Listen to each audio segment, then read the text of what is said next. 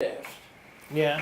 which in the right concentration, the right place could immobilize a lot of people, ruin your day. Yeah, ruin your day. I've had my day ruined. Yes. So, okay, so we come at your 1946, May of 46, you're discharged? Right. Separated, where did you discharge, where did they bring you back to? What port did you come back through?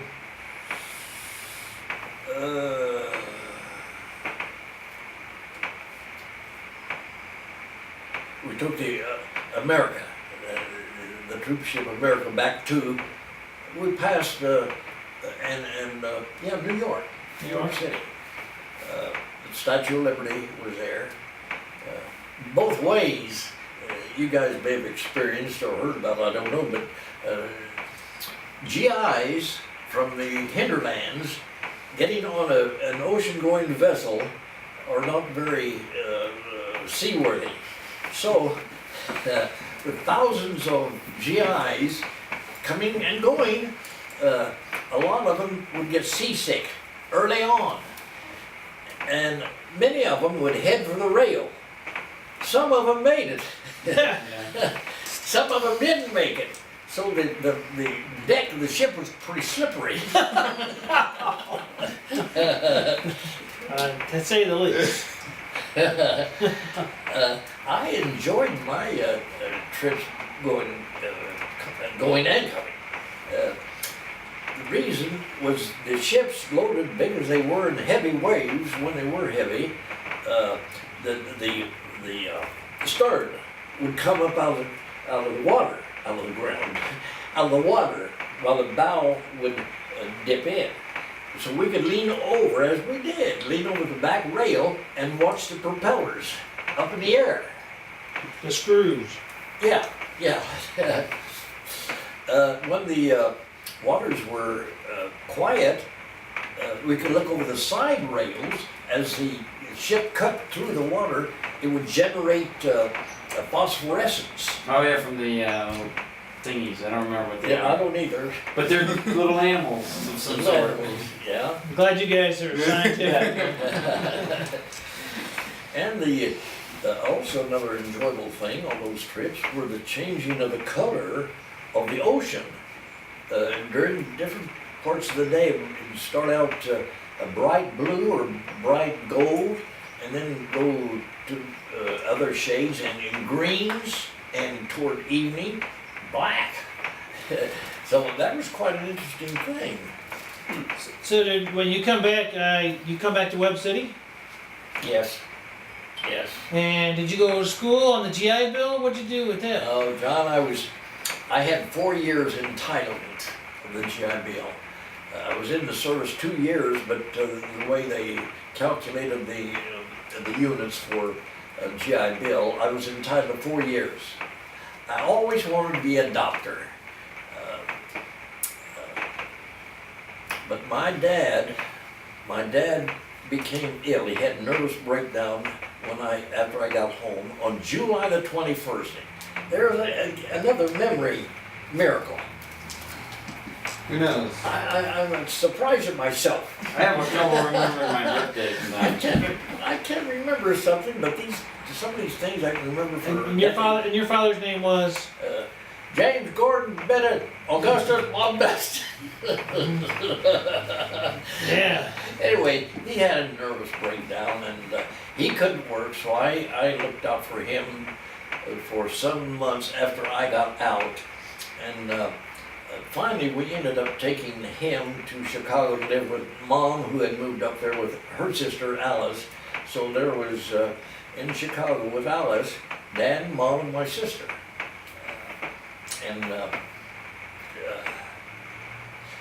Yes, because of his illness, on July 21st, 1951, I could not be in school or in line to be in school, registered in college. So I lost my GI Bill. You lost it? I lost it. And I had picked up, by that time I had a couple of years of Joplin Junior College, and I'd had chemistry. In the pre-med, you're heavy in chemistry and biological sciences. So I had 18 hours of chemistry, I'm looking around, what do I do now? I'm not going to be a doctor, my life's desire. Well, I got 18 hours of chemistry, I'll be a chemist. So that was shotgun marriage. I didn't really like chemistry, but I did subsequently learn and appreciated a lot of the things that goes on in chemistry, so I could like it, but it was shotgun marriage. I didn't want to be a chemist. Stinking up the room, every chemistry class, you may have experienced that, on the ceiling there's a bunch of smatterings. The students from various classes would mix the wrong things, and the result would end up on the ceiling. Mm-hmm. So smelling that comes into the tedium of mixing just the right amount and waiting for reactions to run. I didn't want to do that. I wanted to be a doctor and work on people. So I got a master's degree in bachelor's and master's in chemistry. Then I went to the patent office. Oh yeah, you're in the patent office, right? Now what did you do there? Well, I'm taking just a half step back, John. Now there's a Rose, you were married at this time when you were at the patent office. Yes, yes. In an advanced organic, you see that again, an advanced inorganic chemistry class, the teacher, Professor Hecker, little fellow about 5'2", was chairman of the chemistry department. He comes in, like I say, I think I said it, there were 3 of us in that round table in the advanced or inorganic chemistry class. He was an instructor. He comes in one day and he throws a pamphlet on, but there was something you might be interested in, and it was titled Careers in the Patent Office for Chemists, Physicists, Mathematicians, and a few others. So I thought, well, I've got all these hours in chemistry, and I want to stay with that and use that as much as possible. So I applied to the patent office, and they appointed me to be a patent examiner. You could go in here's another memory thing that astounds me. As a GS5, that was a starting grade in any government office. The rate was $4,930 a year. But I had I had the master's degree, so that bumped me up one more. I started as a GS7. Strangely, a lot of the government ratings are 2 steps ahead. Right, 7, 9, 11, Right. 13, right? Is it still that way? Still that way? 7? I don't know what happened to 6, 8, 10. Well, It's 10. very secret. They have all those Very, steps, they have yeah. all those steps which really cover all that. Okay. Because like a GS7 step, the highest step on a GS7 is just a little bit shy of what a GS9 makes. So you really they give you those spaces, then you earn steps along the way. Yeah. It doesn't make any sense, really. Well, let's see, what they do, I'll tell you what they called them, those steps at that time, John. I don't know whether it was still the same. They were called ram spec Yeah. races. Yeah. Is that terminology still No, used? that's an old term. So what did you do in the patent office? Did you see all these people's inventions and you, Well, that was really interesting, really interesting. What happens, guy makes an invention, goes to a patent attorney and says, I want to a patent. What do I do? The patent attorney says, well, is it new? Is it useful? Well, I don't know. Well, we'll have to hire a patent searcher to search the thousands of millions of patents that have been to find out, and the literature, the patent literature and the public literature, to see if somebody else has thought of what you've done, or so obvious to make it, or so close to what you've done to make it obvious. Right. There's got to be new, useful, and not obvious. So that's what the patent examiner does first. He's oriented into what's a patent, what is a patent, how we search it and all of that business. And then you're assigned to a division. And there's major divisions are the, in quantity, there's the mechanical, all mechanical inventions, anything you can think of that's new, non-obvious, useful, is mechanical invention. Then electrical inventions, all kinds of electronics, electrics, and then chemistry, and then general. So that's the way the patent office was, and I think it has to be still broken down. So anytime you make an invention, it's going into one of those areas where some patent examiner, a former chemist, for example, or mathematician or physicist, will pick up your application and learn what it is. Then he will go out into the various divisions of the patent office, and that's been shortened by computers. Sure. Earlier on, you had to go out into libraries, and they had these cabinets. The drawers were like this, stacked on top of each other from top to bottom. They were called drawers. So after a while, the patent examiner in his art would become so familiar with what's in this art. He's been up there several times, so he knows what's in there. He picks up a patent application and reads it. Oh, I've seen that up there in the second shoe down from the top, about the third patent down. He gets that familiar with it. And if he is uncertain, he goes and looks. So that's the examining procedure. He writes to the attorney for the inventor and says, depending upon his finding, I found your invention is obvious, smack dab.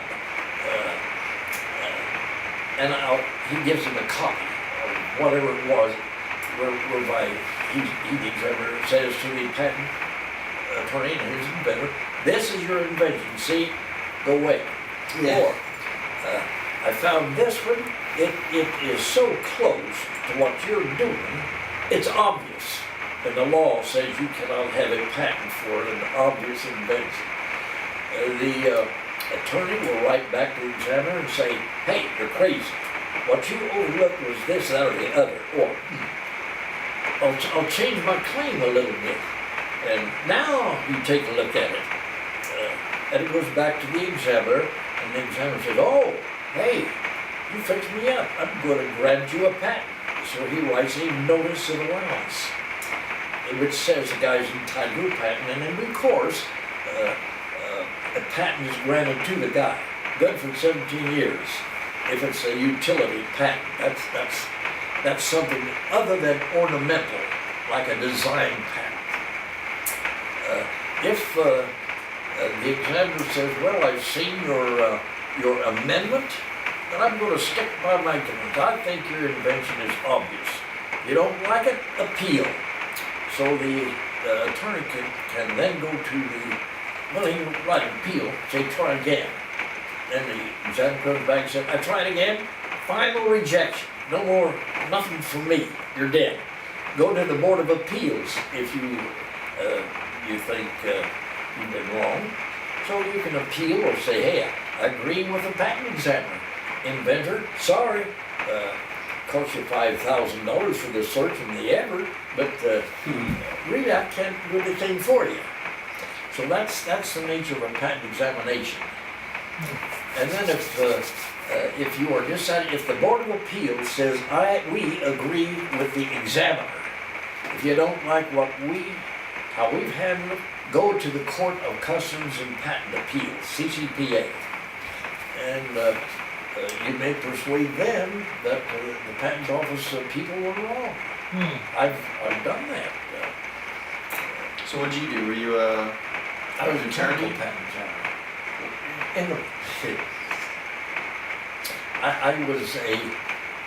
I had chemical degrees and went into the patent office, and because of those degrees, I was either a GS5 or GS7, the starting levels, and practiced patent examination.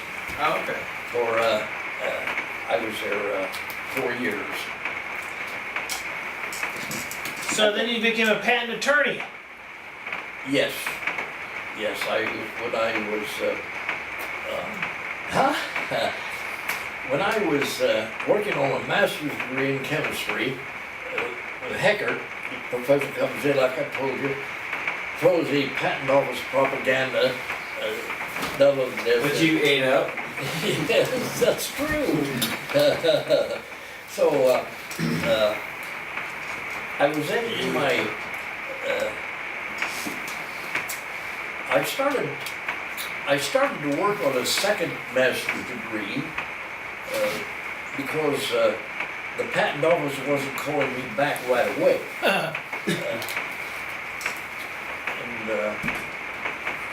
Wow. I'm just partaking here. This is good Help stuff. myself. But anyway, while I was waiting the patent office did come back and say, okay, we appoint you. You can start at GS7. So I had the semester to finish. I was in a semester for my second master's degree in mathematics, which I'm glad I quit because I'm doing some mathematician. So while I was waiting to go to the patent office, I knew I wanted to be a patent examiner, patent attorney, so I not only did Hecker throw down the patent office literature, but I had sent off to a correspondence school to take a course in law. You can do that. The degree from a correspondence school is not held too high, but nevertheless you can get an LD, or nowadays it's the JD, Dr. Juris. So I applied in Washington DC, where there's a lot of schools, American University, Howard University, George Washington, Georgetown. I applied to all of them, but Georgetown had the best literature. I didn't really know it or appreciate it so well, but it was a Jesuit university, at very high standards. That school went back to 1789. So their literature, their salesmanship for their school was more appealing to me than the other four I missed. So I applied to all of them. And just in case one didn't take me, maybe the next one would. They all took me. So I had they said, well, which do I take? Well, Howard University took me. They took that. I spent some money too with these application fees. I didn't know it, but Howard University is a black university. And You need to read up on your stuff.